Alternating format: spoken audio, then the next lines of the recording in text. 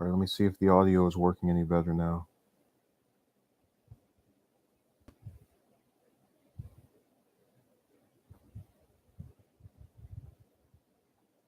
All right, let me see if the audio is working any better now. Yep. All right, we're good to go. So earlier today, Ocasio-Cortez endorsed Pelosi, and I read the statement previously. We ended up having some audio issues.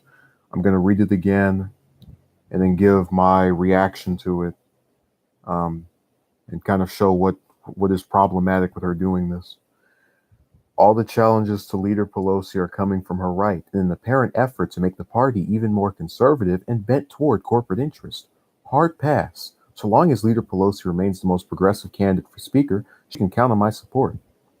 I agree that our party should and must evolve our leadership, but change leadership should reflect an actual evolved mission, namely an increased commitment to the middle, working class electorate that put us here. Otherwise, it's a just new figure with the same problems.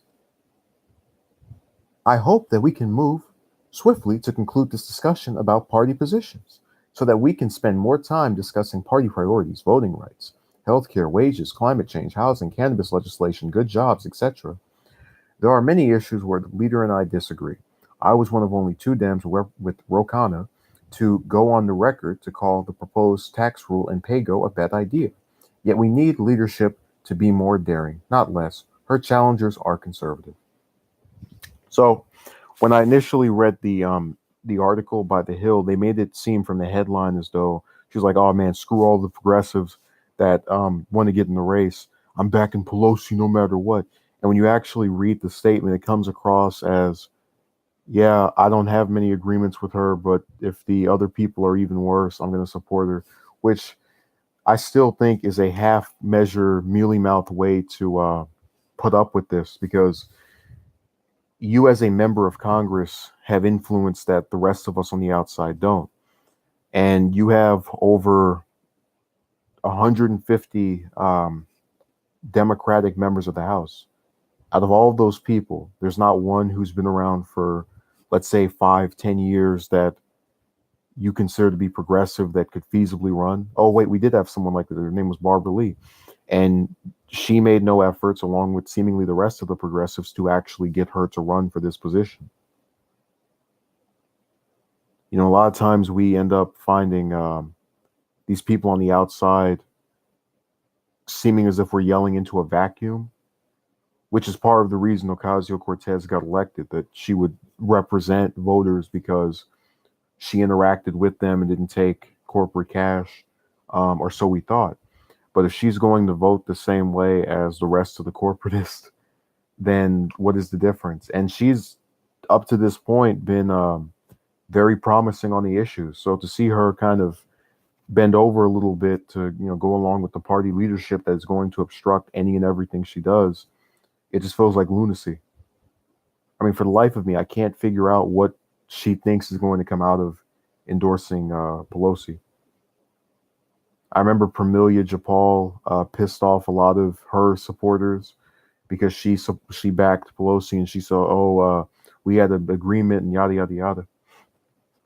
But it still didn't end up actually turning into anything where we can feasibly believe. Because remember, Pelosi's been the Democratic House leader for 15 years. If she wanted to get to any of the stuff on that list other than Obamacare, or should I say Republican care, since it was created by the Republicans, first of all, and then Obama put his name on it, she would have done it by now, you would think. Like, think of all the things you want to do. In 15 years, you would never get to it. Let me say hello to Rabia, if I'm pronouncing your name correctly. So it's a bunch of nonsense. But I do think that what's going to end up happening with this 116th Congress is that we're going to have that small coalition of progressives that are going to try to push for their stuff, that did these little backroom deals with Pelosi. And every single time, it's one of the positions that Ocasio-Cortez put in this statement, whether it's climate change, housing, cannabis legislation, good job, all of it is going to get screwed over. And they're going to realize, after coming into this with the optimism and hopefulness that you can maybe get some people to be wooed over by being bipartisan, all that nonsense, that it was all a joke. or rather, it was all a trick. It was a scheme designed to get them to get off guard during the most important part of this cycle, which is to get rid of whoever the. Can you please explain Pelosi is? You mean can I explain who she is or what? I want to make sure I'm getting what you're saying correctly. So, I want to clarify.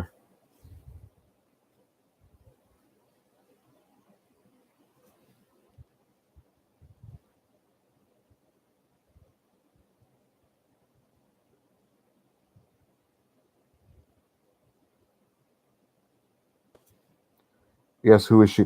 Okay, she is the so I don't know how familiar you are with government, Ravia, but there are two bodies of Congress. You have the Senate and the House. So you have the upper chamber of the Senate and the lower chamber of the House. Pelosi is the Democratic leader in the House. So she is there, that the Democratic Party's leader in that particular chamber, just like how Schumer is the leader for the Democrats in the Senate. She's been the leader in the House since 2003 for the last 15 years.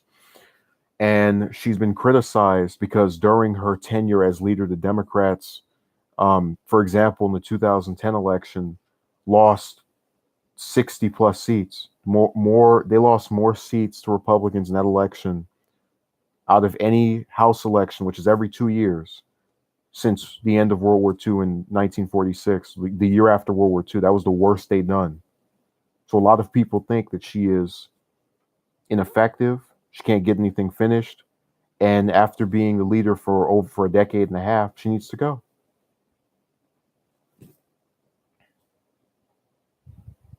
So I hope I clarified, Ravia. Now, with Ocasio-Cortez, she's a person who was supposed to be different because she didn't take any of the corrupting corporate money that we associate with politicians taking unpopular positions, which is why when she said in this statement, I support her as she's the most progressive, uh, all of these people were taken aback by it. It felt like just being stabbed in the back. It's very similar to when Bernie endorsed Hillary after the Democratic primary 2 years ago, because a lot of people said there's a big, huge contrast between him and her. And there's no way he's going to endorse her because she's completely opposite of him. And he did it. And they were shocked. Yeah, she is a puppet, Rabia. She is the donor's girl. Actually, also Rabia, I want to mention, she's not the leader because she has the best positions or she's the most popular. She has a 29% approval rating across the U.S. And also, her name, because of her unpopularity, is often mentioned by Republicans when they run for elections to the House. So they'll go, my Democratic opponent is going to do all the stuff Pelosi wants to do. Oh man, I just realized let me extend that. Okay, I couldn't see the end of your comment because obviously Pelosi is getting funds from the underworld. Yeah, it's all part of a scheme, and the only reason her and Schumer have been the Democratic leaders in these two chambers of Congress is because they give um, their fellow caucus members, so other Democrats, money for their campaign so that they will vote for them to keep them as the party leader. They fundraise the most cash and they distribute it and allocate it to their caucus members. They bribe them into supporting them.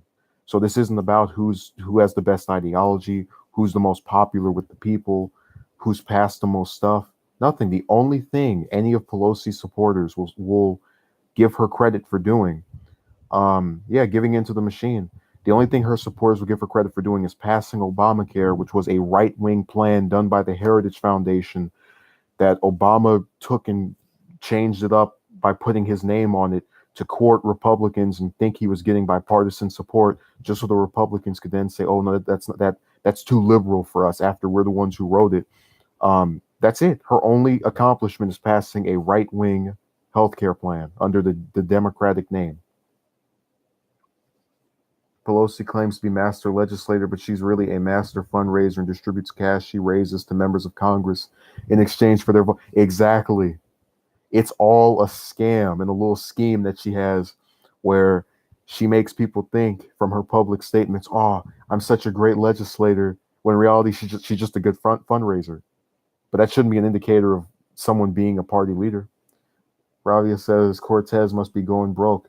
You remember there was the whole story about her not being able to afford an apartment, so that might be an example of that. But I don't see this as doing anything but disparaging people who supported Cortez, because the group that primarily backed her said to themselves, "We're sick of having politicians that just give in to their donors. Let's get some people that we act as the donors for. All of us are the benefactors of."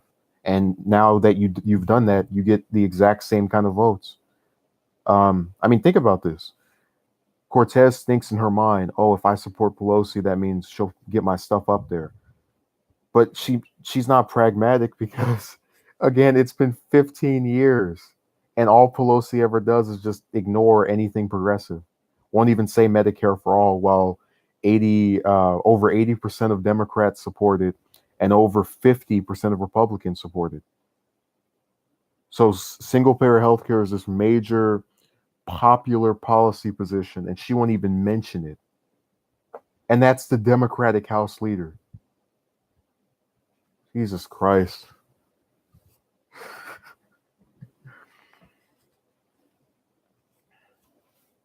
So, Pramelia Japal also endorsed her, and she caught some hell for that too. I don't know what they think is going to happen.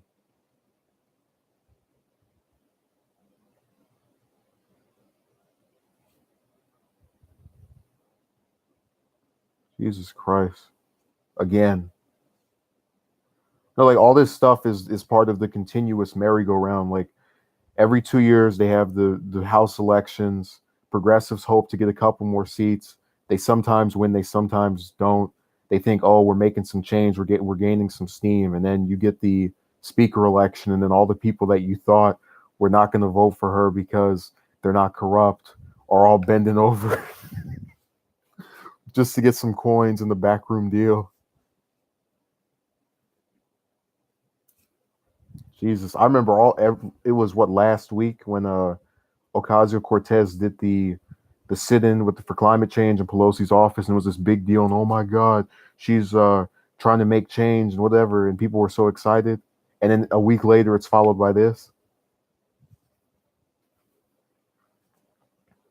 I'm really getting flashbacks to the Bernie Hillary dynamic after the primary, where it's just, oh yeah, look at this person I told you was trash during the election, and now that it's over and I'm no longer in the running for their position, oh, they're such a great person, and we might disagree a little bit here and there, but they're the best qualified, even though they are my polar opposite.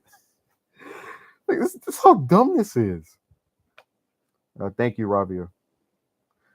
Um, what else is there to insert in this? Also, so the speaker election is in the first week of January. The 17 people that signed that letter are supposed to be the votes that she needs to get to be able to get this position. And her new thing of what so instead of compromising and saying, you know what, I have ignored Medicare for all, I have screwed up, I've failed on this position, I'm going to try to do it differently, I'm going to get some of you guys, to back me on this. Instead of doing that and trying to appeal to that group who has genuine grievances with her, there are two tactics in play.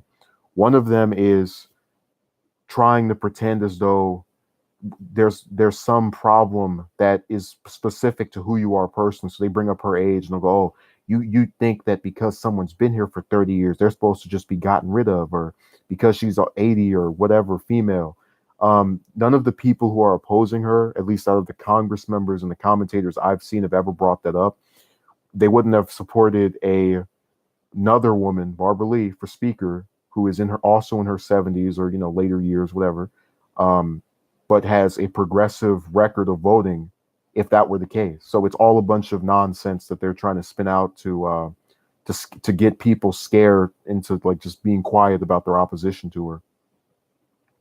The other factor is this idea of gradualism. So like a lot of times when you talk about free college or a Green New Deal or a jobs program, they do this thing where they say, "Oh, we'll get to it later." Oh, yeah, well, we can have these disagreements when the actual session is in place.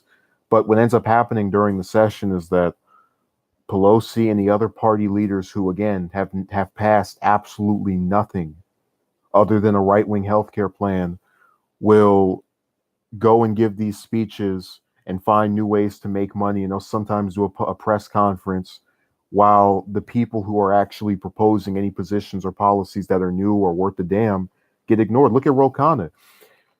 In his first 2 years in the House, he's only been in there since the beginning of last year. He had the Internet Bill of Rights. He had the calling out the Yemen conflict. He had the Walmart Act, the thing with Amazon. And Pelosi didn't get on any of these except for the Internet Bill of Rights. Everything else just completely ignored. And that's not done on accident. She knows that when you have any problem, any issue that a member of her caucus is bringing up, so long as a majority of the members are not on it, she can just ignore it. She can completely suppress it. And that's exactly what's going to happen to the Green New Deal, to attempting to make any of these social programs work for people. They're going to be the just complete repetition of it. And 2 years are going to fly by. And then we're going to have another election for speaker, which hopefully the Democrats will still have the House after not passing anything. And they're going to tell us the exact same crap again. Oh, Pelosi's an effective legislator. And if you don't like her, you're a sexist, or, you're ageist, or whatever other reason that has nothing to do with any positions or issues that people are actually concerned about. I mean, if you're part of the 76% of Americans that live paycheck to paycheck, do you really care if the speaker is male or female?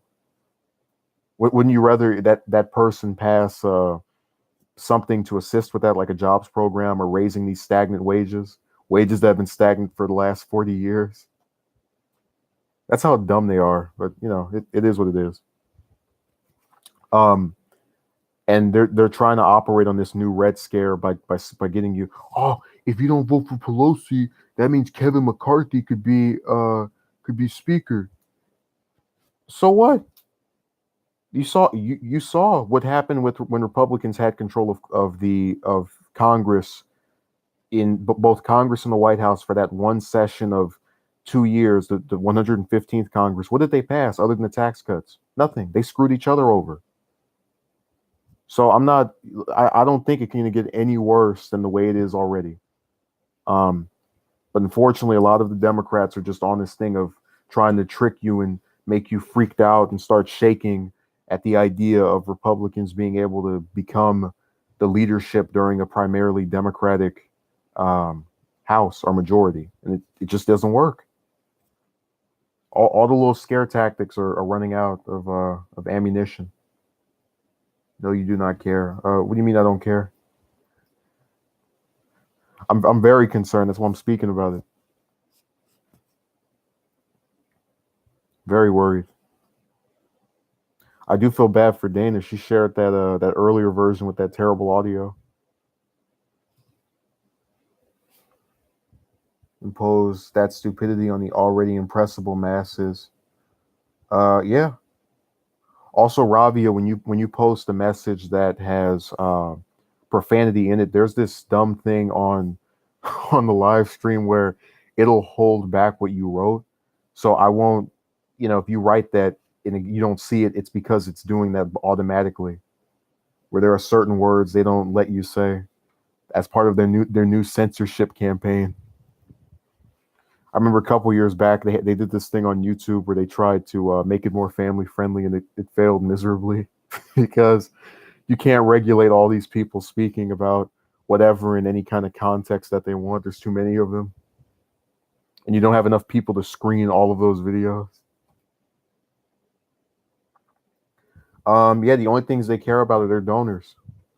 That's why with Richard Ojeda, when he was campaigning for that House seat against, what was it, Carol Miller in West Virginia, he called out Pelosi and McConnell and all the other party leaders who literally are just in their position to suck the nipples of all the the donors and get as many coins and nickels as they can and just benefit from their position while the people get screwed over.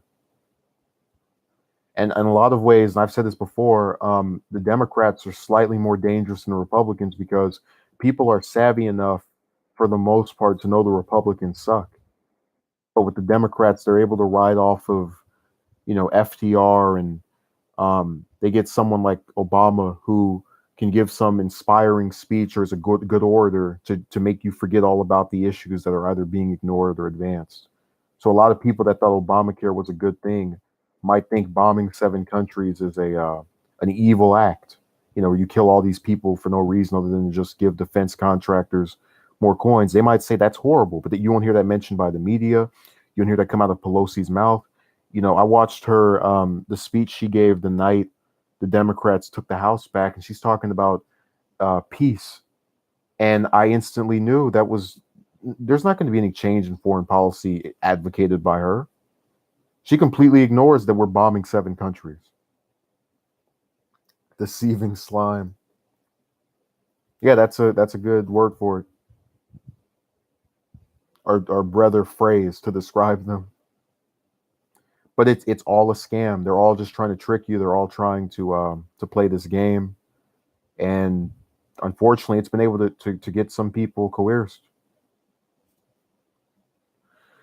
including those that are in Congress. I really thought they were.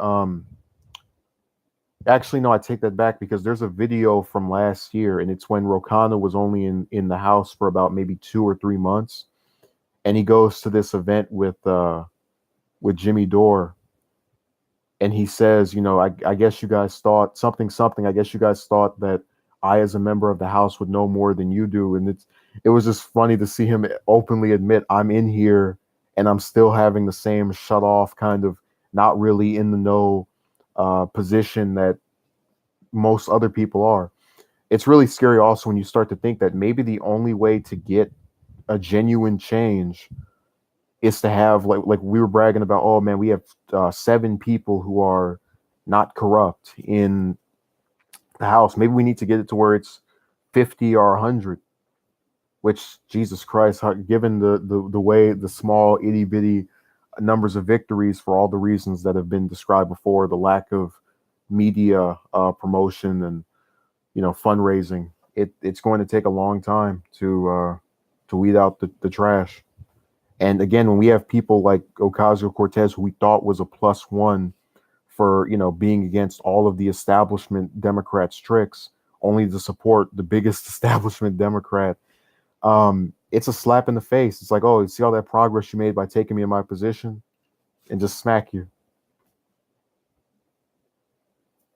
So I think this is going to disenfranchise people even more. I think she was in the wrong to do this. I think on position, she's really idealistic. And maybe the only way that we're going to get a change next time around is if she starts introducing anything that has to do with those policies he talked about, and Pelosi just completely ignores them or tries to actively do something to prevent them from passing. Because there is hell to pay if if we get the Green New Deal, for example. All those fossil fuel companies are going to be crying rivers of tears. If we get Medicare for all or single payer health care, that's going to be a nightmare for the pharmaceutical companies. So there's a lot of people who have stuff in line or at stake that I hope we're seeing their last few years. It obviously won't be this year or next year, but they're getting closer to their demises, and being able to scam people for more money is starting to run out. So that's exciting. But yeah, thank you, Ravia, for participating. If you like what you see, come back again. We don't need pharmaceutical. It should. Well, the way the U.S. works is that we have all these weird policies that the right wing tries to tell us are normal, and then you look at other countries, and it's like the complete opposite. Let me say a little envoy, and I told you to come back on. You didn't listen to me, and I was getting ready to close this out too. No, with the pharmaceutical companies, they pretend like, oh yeah, Medicare for all is this crazy idea, and then you look at all these other countries that have had it since the 40s or for decades before now. Um, and then you know that they're full of crap, just like the gun stuff where they're like, oh man, gun control won't solve anything, taking away the guns isn't going to change anything. And then you look at all the lack of gun deaths in places like China where they don't have any firearms, and then you know that it's uh it's just this big thing where they're not, if you anytime you look at the worldly context of a number of issues, you realize how right wing and screwed up a lot of the stuff in the US is. Literally making me depressed. I feel sick listening to these candidates and politicians. It's sad. Yeah, they make me disillusioned too, because I like to believe if we all band together and get behind some candidate that doesn't bend over to the corporations, we might make some progress. It is a perpetual cycle, Envoy. Um, it's like all we can do is just change the person who's in the position, but not how they vote in a lot of cases. Because if Crowley was still there, he'd want to support Pelosi for another, or for rather for another 2 years as speaker, as if the first time around wasn't bad enough. I mean, Jesus, they lost 62 seats. If we band together, yeah, I think unity is only good when we, in getting together, we also hold the people that we coalesce around their feet to the fire, so we actually put pressure on them to do things that are progressive. Ultimately, see so much corruption that you eventually go numb to it all. Yeah, I don't know what she thinks is going to happen, but I said earlier what I believe will occur. And maybe after it happens, I'll just start sharing this again. Be like, hey, I called it. She's going to put out something that's actually good. And then Pelosi and her corrupt self is going to say, yeah, no. And then cut that out. So then she goes on Twitter and goes, I can't believe Leader Pelosi would do this. And then the rest was like, of course she did it. That's why we didn't want you to vote for her. It's good that you're informing us about this, though. We need to be alert. I guess. But it just feels like it's screaming into an empty vacuum, because you're going and you're talking about something that continuously pisses you off, and it pisses off a number of other people, but those in power don't listen. Um, and that's why I like Ro Khanna so much. Told you he's the only politician from my state that's currently in office that I have any respect for. All the other ones are trash. My senators suck. McCarthy and Pelosi are terrible. It's the never-ending cycle of garbage. But it's nice to know that most people do realize this. Pelosi wouldn't have a approval rating that's going into the 20s. That's sad. You only have one politician. The senators suck, and so does the rest.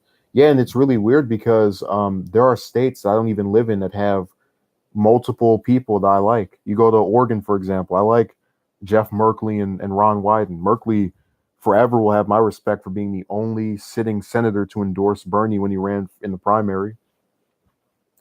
And Wyden was the first senator to endorse gay marriage back in the 90s, back when all the Democrats were going, oh, I want to appeal to the right wing. I can't support people having the same basic rights as anybody else. Say hello to Tamari. You have this thing where that's a running theme. Right as I'm getting ready to end it, that's when you come. Like, all right, I guess I've spoken enough with no one listening, and then just start swarming in there. Which I'm not upset by necessarily, but just that's something I've noticed, this bad timing thing. Like now that Envoy came back, I want to speak to him, and then somebody else comes. Like I just was getting ready to close it out. It's gonna be me saying that for like another 30 minutes.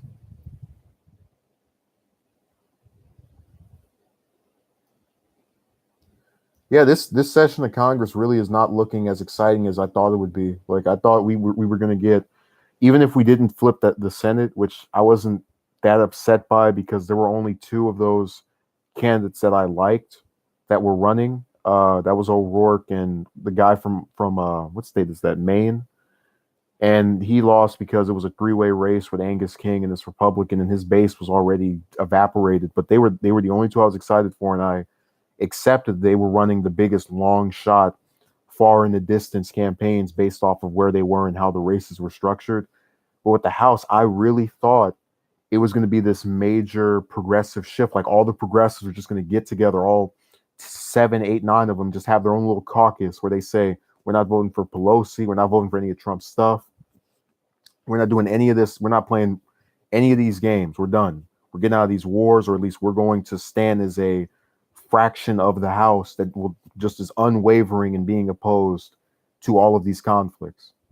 I really thought that was going to happen, that they were just going to be the opposition group that never bends or breaks or folds. And instead it's bending, breaking, and folding, and they're not even in office yet. And I guess I should admit that, you have people like Ro Khanna again, who I have no problems with, hasn't done anything that just seems outwardly bizarre. It seems the internet has divided people even within their own parties. Oh, of course, Envoy. But I think about that video of Ayanna Pressley, who got touted as this big progressive that ran with the Justice Democrats. And then there's the video of her supporting Hillary and saying Hillary's progressive and all this, the gender war and all that, which came completely out of nowhere. But it's stuff like that where now I start doubting these people even more, because they are literally going out of their way to do things that actively convince me that there's something iffy about them. You look at Andrew Gillum, for example. That's someone who, during the primary, was touted as this big progressive. And then during the general, not only did he appear with Wasserman Schultz, who is one of the most hated politicians in the U.S. probably for screwing up that primary, but also was found to have endorsed Hillary during the election. Yeah, but Envoy, it's about these candidates.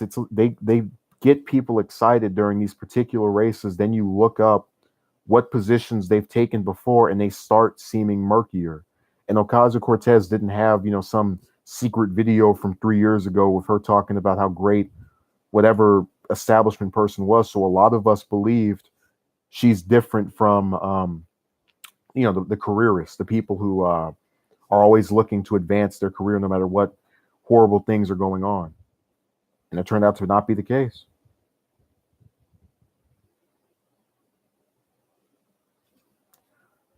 So there's really nothing.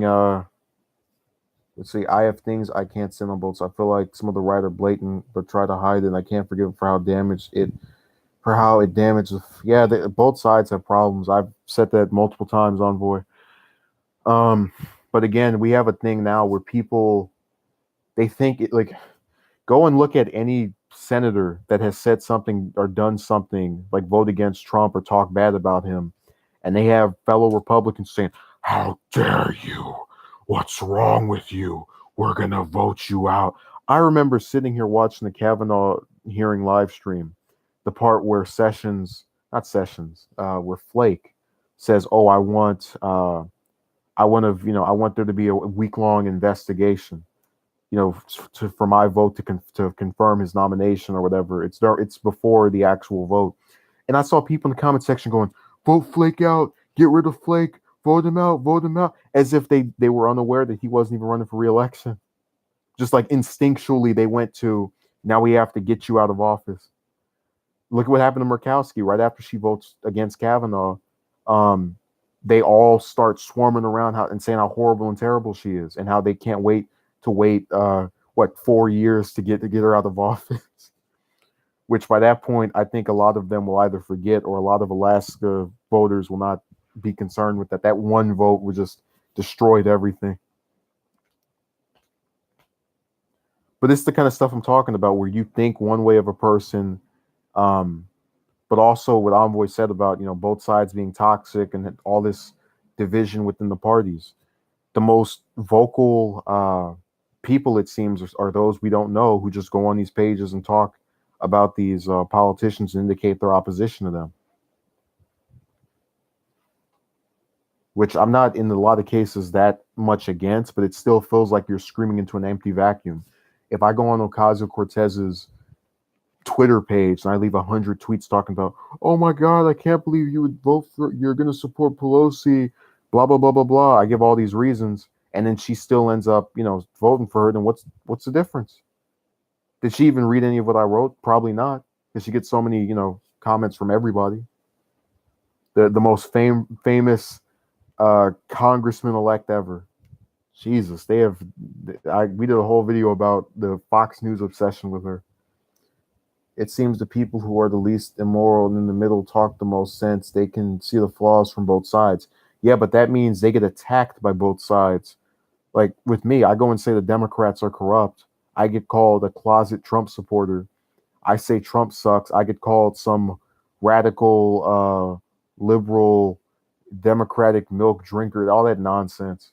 So you can't really go after either side without being accused of having some agenda that's not what you actually say, because they want to silence anyone who opposes what they believe.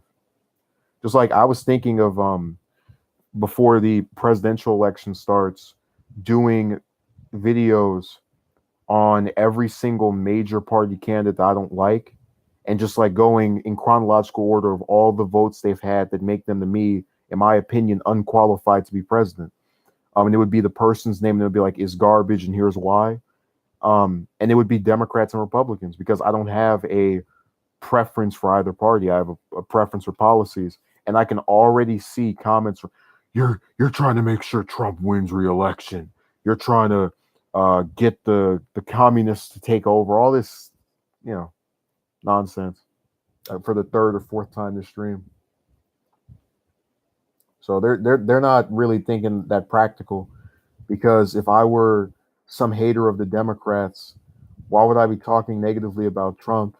And if I were just some random Trump hater that had only hated him because he was speaking different from past predecessors and not on the ideological substance of the issues, why would I go after the go after him but not go after the people before him? Or rather, why would I go after him and then also go after the other side when I go after them for having the same positions? It's just that they don't make any sense.